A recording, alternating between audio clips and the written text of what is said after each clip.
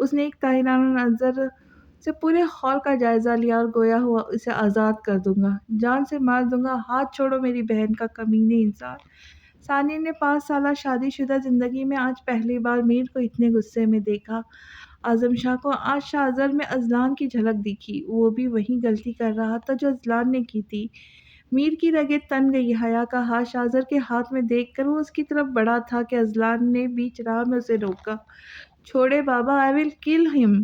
اس نے سوچا بھی کیسے، میری بہن کو استعمال کرے گا، جان نہ لے لوں اس کی۔ فیضان اس وقت خاموش کھڑا تھا۔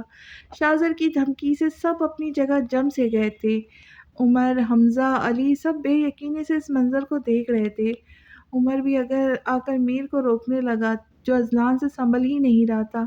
ہنی بھائی، مجھے نہیں جانا ان کے ساتھ، مجھے بہت ڈر لگ رہا ہے۔ حیا کی سہمی آواز ان کا دل چیر رہی تھی۔ شاہ زر اس کا ہاتھ پکڑے اسٹیج سے اترا، وہ اس کے ساتھ کھینچتی چلی جا رہی تھی۔ کوئی اسے بچانے نہیں آیا۔ سب کے پیروں پر شاہ زر نے ایسی زنجیر باندھی تھی کہ چاہ کر بھی اسے کوئی کھول نہیں سکتا۔ میر، وہ حیا کو طلاق دے دے گا، میری بات سنو، اذلان نے ٹوٹے لہجے میں بامشکل کہا۔ نہیں سنی، چھوڑو مجھے۔ نہیں سنی، چھوڑے مجھے، عمر چھوڑو مجھے۔ اسے روکنے کی بجائے مجھے روک رہے ہو؟ شاہ زر سے پہلے میں تمہیں جان سے مار دوں گا۔ میر کی انگارہ ہوتی آنکھوں سے بھی آج عمر نہیں ڈرا، کیونکہ سوال اس کی بہن کی خوشیوں کا تھا۔ بابا، ہنی بھائی، وہ روتے ہوئے اس کے ساتھ کھینچتی چلی جا رہی تھی۔ حمزہ مٹھیاں بھیجے کھڑا اپنی بلکتی بہن کو دور جاتے دیکھ رہا تھا۔ میر اپنے آپ کو چھڑوانے کی بھرپور کوشش کر رہا تھا، لیکن سامنے بھی اذلان تھا، اس کا باپ۔ آخر کب وہ اسے جیتا ہے؟ ایک دم سے اس نے عمر کو دھکا دیا۔ اذلان گرتے ہوئے عمر کی طرف متوجہ ہوا۔ اس موقع کا فائدہ اٹھاتے ہوئے میر اسٹیج پھلانگتا ہوا نیچے اترا۔ اس سے پہلے کہ وہ اپنی بہن تک پہنچتا، اس آواز نے اس کے قدم جکڑ لیے۔ ہنی!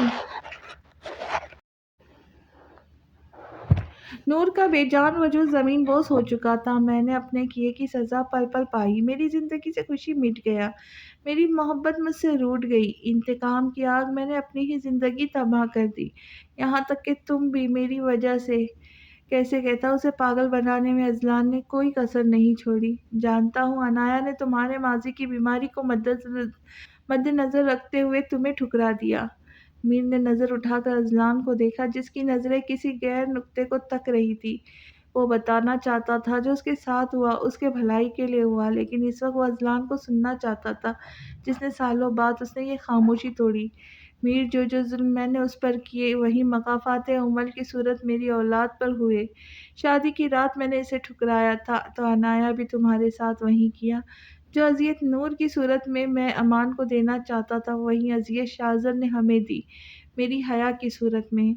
میر خاموشی سے اپنے باپ کو سن رہا تھا جو آج اپنی زندگی کی بازی ہار چکا تھا۔ شاید ہی میر نے انہیں اس طرح ٹوٹتا ہوا دیکھا ہو۔ میں جانتا ہوں تم ہر بات سے واقف ہو، اس کے دکھ درد میں برابر کے شریک ہو۔ میر نے اپنا گرم پڑتا ہاتھ ان کے ہاتھ پہ رکھا، جیسے کہنا چاہ رہا ہو آپ کے دکھ میں بھی برابر کا شریک ہوں۔ اذلان نے آنکھیں موندی تو نور اور حیا کا بلکتا وجود اس کی آنکھوں کے سامنے لہرایا۔ رگ رگ میں اذیت کی لہر دوڑ گئی۔ اس نے جھٹ سے اپنی آنکھیں کھولی اور گہری سانس لینے لگا۔ ہنی، تم نے دیکھا نا وہ کس طرح سے باتیں کر رہا تھا، نہ جانے وہ کیا کرے گا میری بچی کے ساتھ۔ میرا دل پھٹ جائے گا، اسے واپس لا دو، بس ایک بار واپس لا دو، میں طلاق دلوا دوں گا اسے، ہاں طلاق دلوا دوں گا، لیکن اسے کسی تکلیف سے گزرنے نہیں دوں گا۔ میر گھٹنوں کے بل اذلان کے ساتھ بیٹھا تھا، ایک ننھا سا موتی اس کی آنکھ سے نکلا۔ اگر اتنا آسان ہوتا تو کیا وہ اپنی بہن کو اس آزمائش میں ڈالتا؟ بابا، میں اسے ڈھونڈوں گا، دن رات ایک کر دوں گا، لیکن اسے ظلم کا شکار ہونے نہیں دوں گا۔ اذلان تلخی سے مسکرایا۔ میر نے اپنی آنکھیں میچ لی۔ میر نے اٹھ کر اذلان کو گلے لگایا، اس کی آنکھیں نم تھیں۔ کیا گزرے ماہ و سال میں اس کے باپ نے اپنے کیے کی سزا نہیں کاٹی تھی؟ پھر کیوں آج اس کی معصوم بہن اس گناہ کو سزا کاٹ رہی؟ میر، اگر اسے کچھ ہو گیا تو میں کیسے جی پاؤں گا؟ وہ تمہاری بات مانتی ہے نا ہنی؟ تم اسے بلاؤ گے تو وہ اٹھیں گی، جاؤ ہنی اسے اٹھاؤ نا۔ مجھ سے وہ خفا ہو گئی، آخر جو ڈر تھا وہ سچ ہوا، اب تو مجھے دیکھیں گی بھی نہیں۔ اذلان کا بس نہیں چل رہا تھا، اتنا روئے کہ اس کے آنسو خشک ہو جائے۔ اسے لگ رہا تھا اس کا دل غم کی شدت سے پھٹ جائے گا۔ بابا بہت سزا کاٹی ہے ہم نے، لیکن اب اور نہیں۔ آپ دعا کریں بس مما ٹھیک ہو جائے۔ میر کی آواز بھر آئی۔ اذلان نے اذان کی آواز سنی تو نرمی سے میر کو خود سے دور کیا اور نماز کے لیے اٹھ کھڑا ہوا۔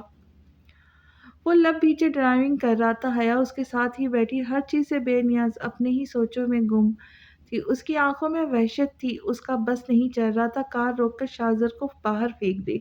کس غلطی کی سزا دی ہے اس نے، جس سے وہ واقف بھی نہیں؟ اس نے کب سوچا تھا اس کے ساتھ یہ سب ہوگا؟ رخصتی کا سن کر اس دفعہ حیا نے چپ سادھ لی تھی، کیونکہ اسے اب شاہزر کی ہر کہی بات سچی لگتی تھی، لیکن اسے کیا معلوم تھا وہ اتنا بڑا کھیل کھیلنے گا۔ حیا نے سر سیٹ کے پشت سے ٹکا دیا۔ اسے آج نور شدت سے یاد آ رہی تھی۔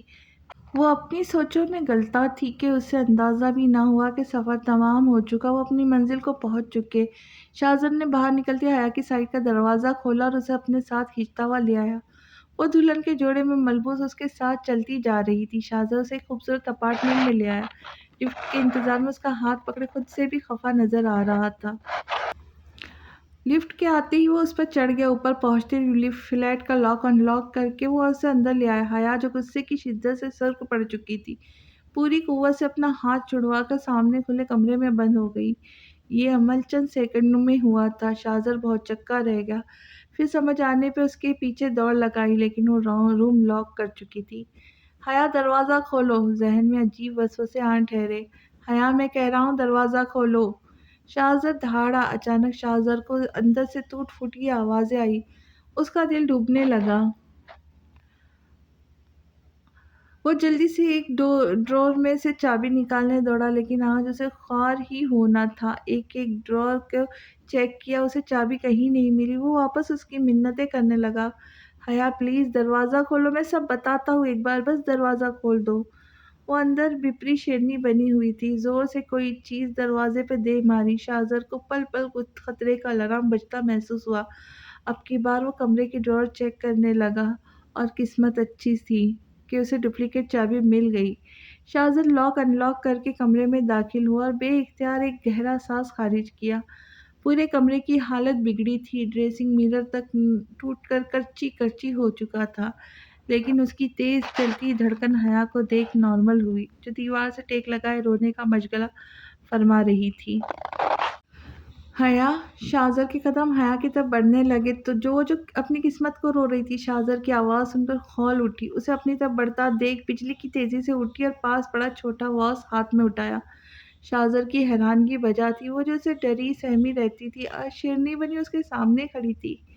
کیا پاگل پن ہے حیا، رکھو اسے نیچے، شاہزر نے بری طرح اسے گھورتے ہوئے کہا۔ اگر آپ میرے قریب بھی آئے نا تو آپ کے سر میں دے ماروں گی۔ ہاتھ میں واس لیے وہ ایک مختلف روپ میں اس کے سامنے کھڑی تھی۔ مجھے ماروں گی؟ کس لیے؟ شاہزر کو جیسے اس کی کہی بات پر یقین نہ آیا۔ آپ دھوکے باز، جھوٹے فریبی ہیں۔ آج تک مجھ سے صرف جھوٹ بولا، اپنے مقصد کے لیے مجھ سے نکاح کیا تاکہ آپ اپنی بہن کی بے عزتی کا بدلہ لے سکے۔ آپ نے مجھے چیٹ کیا۔ مجھے آپ پر ٹرسٹ ہی نہیں کرنا چاہیے تھا۔ گرم گرم سیال اس کی آنکھوں سے بہہ رہا تھا۔ جس طرح کی حرکت شاہزر نے آج کی تھی، اسے دیکھ کے آج بھی کوئی آسانی سے بدگمان ہو سکتا تھا۔ حیا ایسا کچھ نہیں ہے، بس ایک آخری بار میری بات سن لو۔ وہ ایک قدم بڑھا تھا کہ حیا چیخ اٹھی، وہیں رک جائے، ورنہ اپنی حالت کے ذمہ دار خود ہوں گے۔ ہمت، بہت برداشت کر لیا تمہارا پاگل پن، شرافت سے اسے نیچے رکھو، کم آن۔ وہ ایک قدم اور آگے بڑھا۔ اسے یہی لگا کہ حیا جیسی کمزور لڑکی اس پر کبھی وار نہیں کرے گی۔ اس کے قدم دھیرے سے آگے بڑھے۔ دوسری جانب حیا اسے اپنی طرف بڑھتا دیکھ غصے سے کھول اٹھی۔ بھری محفل میں رسوا کرنے کے بعد بھی اسے امید لگائے ہوئے تھا۔ یکایک شاہزر کے ماتھے پر بل پڑ گئے۔ سرد نظروں سے گھورتا اس کی جیسے جان نکلنے کے در پہ تھی۔ حیا اب صحیح معنوں میں ڈر گئی۔ غصہ، خوف، کیا کچھ نہ تھا ان ہیرنی آنکھوں میں۔ شاہزر نے پل پل بدلتی اس کیفیت کو دیکھا۔ وہ صحیح جا رہا تھا۔ حیا کے چہرے پہ خوف کے سائے دیکھ اسے تھوڑی تسلی ملی۔ حیا نے تھوک نکلتے واس اپنی طرف سے بڑھتے شاہزر کے سر پہ مارا اور اپنی حرکت پہ بے یقینی سے شاہزر کے سر سے ابلتے خون کو دیکھنے لگی۔ اس کے دونوں ہاتھ ہونٹوں کی جانب گئے۔ اپنے بہادری پر وہ خود بھی حیران تھی۔ وہ جو یہ سمجھ بیٹھا تھا اسے غصے میں دیکھ کر نرم پڑ جائیں گی، غلط تھا، اس کے اندازہ اسے اپنے سر سے ابلتے خون سے ہو رہا تھا۔ آئی ایم سوری، پتہ نہیں کیسے ہو گیا۔ وہ اس کی طرف لپکی اور اپنے بھاری بھرکم دوپٹے سے اس کے سر سے بہتا خون صاف کرنے لگی۔ شہزاد سر ہاتھوں میں تھامے کھڑا تھا، چوٹ اتنی گہری نہ تھی۔ وہ آہستہ آہستہ نرمی سے اس کا خون صاف کر رہی تھی۔ کبھی سی کی آواز ہوتی تو خوف لاحق ہونے لگتا۔ آخر یہ کارنامہ جو اس کا تھا، پہلی دلہن ہو جس نے شادی کی رات اپنے شوہر کو ایسا خوبصورت تحفہ دیا ہے۔ وہ طنز کرتا اس کا ہاتھ پکڑ کے اسے بیڈ تک لے آیا۔ فرسٹ ایڈ دوسرے روم میں بیڈ کے پہلے ڈرار میں پڑا ہے، اسے بینڈیج کرو۔ وہ اس کے کہے مطابق فرسٹ ایڈ باکس لے آئی، پہلے کاٹن سے خون صاف کیا، پھر کریم لگا کر بینڈیج کرنے لگی۔ اس دوران شہزاد اسے یک ٹک دیکھے جا رہا تھا، جس کی آنکھوں سے مسلسل پانی بہہ رہا تھا۔ 2-3 بار اس کے ہاتھ میں لرزش ہوئی، لیکن وہ ایک پل کو بھی نظریں ہٹائے بغیر اس کی قیامت خیز حسن کو اپنے دل میں اتارتا رہا۔ وہاں تو میر کی موجودگی میں اسے بری طرح نظر انداز کرتا رہا، لیکن اب اس کی محبت اس کے سامنے تھی۔ دوپٹہ اس کے کندھے سے ڈھلک کر بے ترتیبی سے جھول رہا تھا، بال وہ پورے کھول چکی تھی، زیور سے بے نیاز، میٹھے میٹھے میک اپ میں اب بھی وہ پیاری لگ رہی تھی۔ کہاں جا رہی ہو؟ بینڈیج کر کے جب وہ جانے لگی تو شہزاد نے پوچھا، یہ باکس رکھ دوں؟ ڈرتے ڈرتے کہا، جیسے وہ اس کا سر پھوڑ دے گا۔ چھوڑو اسے اور یہاں بیٹھو، جب تک میری بات مکمل نہیں ہوتی آپ محترمہ یہاں سے تشریف نہیں لے جا سکتی۔ اگلی قسط میں جانیں گے شہزاد نے ایسا کیوں کیا، میر کا اب کیا ری ایکشن ہوگا، نور کیا اس صدمے کو برداشت کر پائیں گی۔ یہ سب جاننے کے لیے ملتے ہیں اگلی قسط میں۔ تب تک کے لیے اجازت، خوش رہے، خوشیاں بانٹے اور میرے چینل کو سبسکرائب کریں۔ اور کہانی پسند آئے تو لائک اور شیئر ضرور کیجیے اپنے دوست اور رشتہ داروں کے ساتھ۔ تو ملتے ہیں جلدی، اللہ حافظ۔